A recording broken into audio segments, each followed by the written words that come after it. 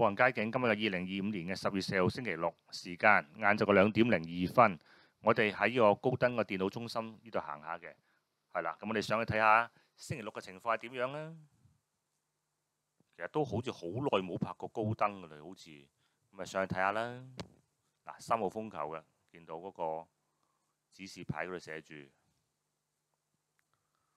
上去嗰時見到人流都唔係好多㗎啦，咁都估唔到入邊真係原來咁靜高登而家。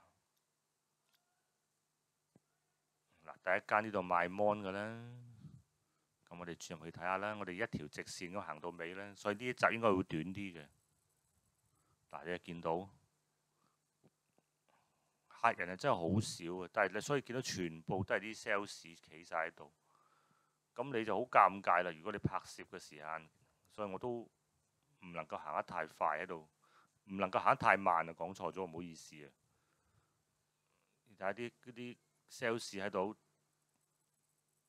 可能見到我哋喺度拍攝啦，咁就都唔推銷啦喺度啦。你差唔多接近全部都係呢啲 sales 嚟嘅喺度。你睇下間中得一個客，嗱，一成行呢度都係 sales 嚟㗎，望落去。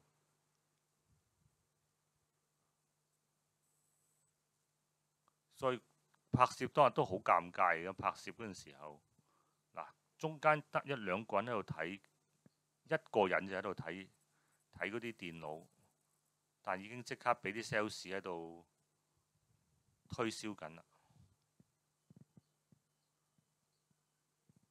人流真係極之少，咁今日嘅高登見到，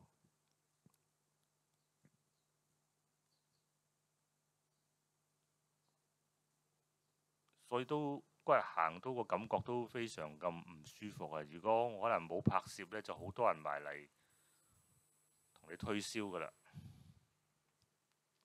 就嚟到呢度呢，咁就感覺好溫少少咁啦，因為少啲 sales 喺度。頭先嗰度真係成堆 sales 喺度呢，真係好尷尬。係啦，嗱，偏塔呢啲咁啦，咁就以前呢度就大生個位啦。以前細個好中意嚟呢度買嗰啲任天堂啲遊戲㗎啦。咁仍然都係個老細喎，真係咁多年都係差唔多成30-40年。嗱，不過見到正面呢，已經有啲鋪頭都要租售啦，但係有啲淨冇開添。